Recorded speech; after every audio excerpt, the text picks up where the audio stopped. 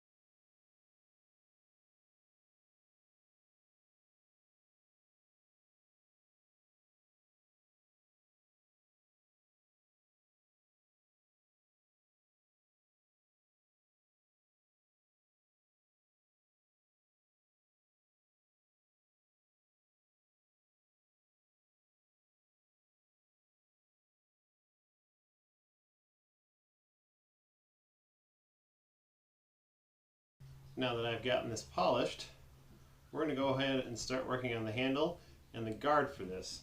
And for that, I have found a nice piece of aluminum. Kind of matches the color, just like in the picture right here. It's about the same color as the blade.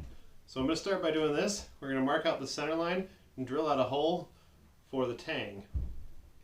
And then from there I'm going to put a little channel in here so this can sit into it. Then we'll do some shaping on it. So cutting this aluminum is a new venture for me. I haven't done a whole lot of shaping with aluminum.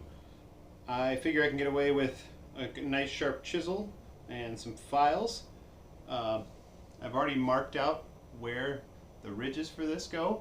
If you take a look at the picture, it looks like it's got what looks like rivets along the inside.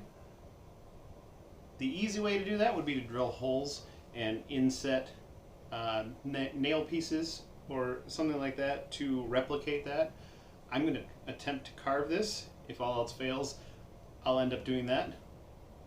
But between my chisel and my rotary tool, I think we'll give this a try. I've already gone ahead and cut the channel where my blade is going to go and the hole that'll go through my tang. So let's get carving. So I believe the easiest thing for me is going to be putting this in my vise, cutting down these channels with my hacksaw and then carving away the excess. And then we'll start shaping the end sides first before we start doing the channel in the front.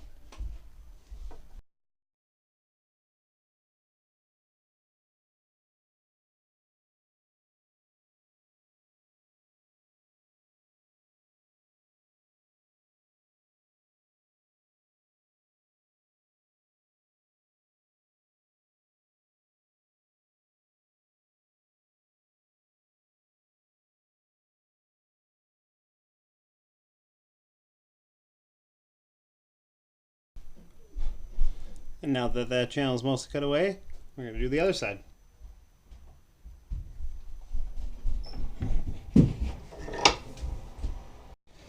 So I've gone ahead and I've drawn on where those rivets are going to be. And I think with the same process, I'm going to go ahead and cut along this channel, and then I'm going to switch over to various files and my Dremel to clean out the rest.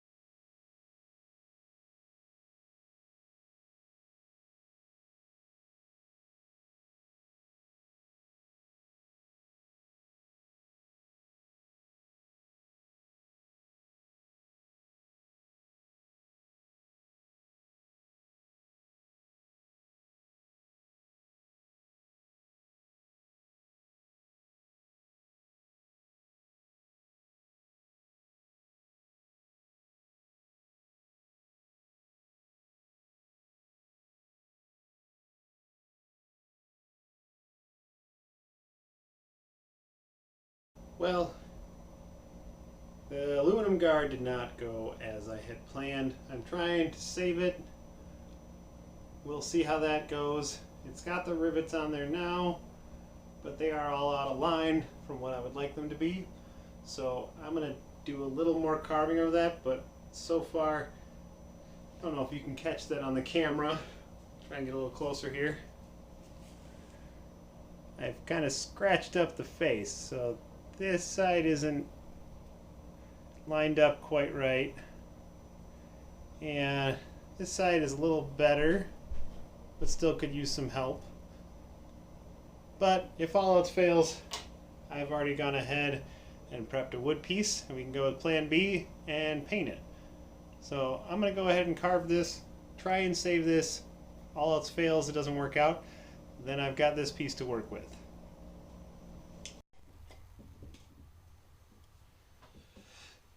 So I decided to scrap the aluminum.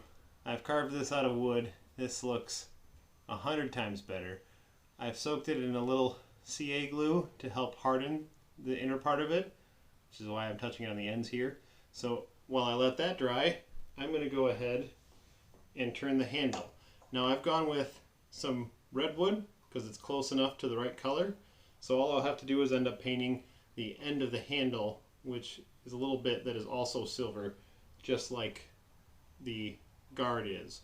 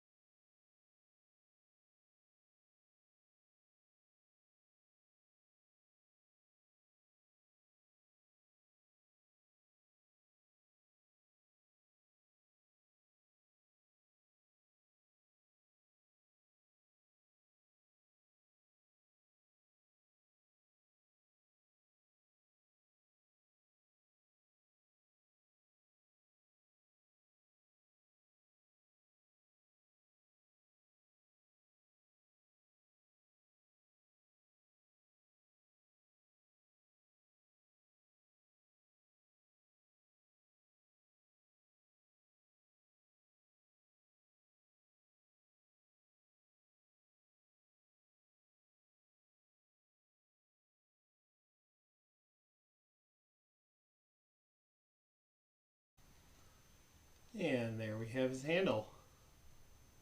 Just got to clean up the ends here. And hopefully the other piece is dry and we can start putting it together.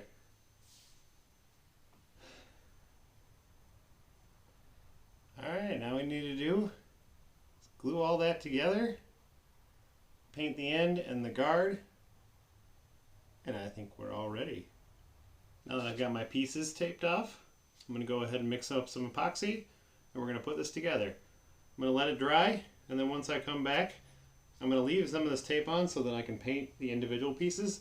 I figure this will help make it cleaner in the end so that I don't have any squeeze out from the epoxy on top of the painted pieces. So let's go ahead and do that.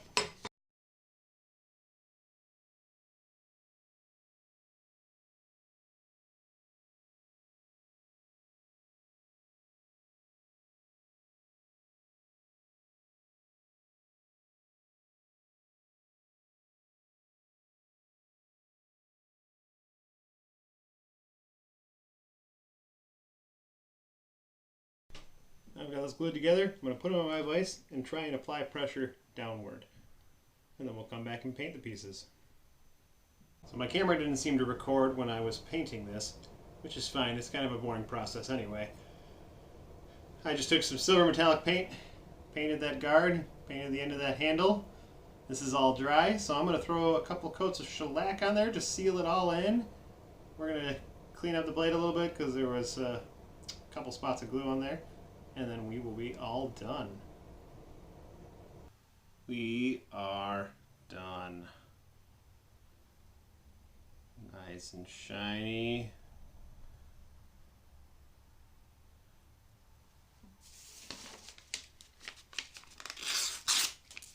and sharp. Now with a small handle like this, it's not necessarily practical, but there you go.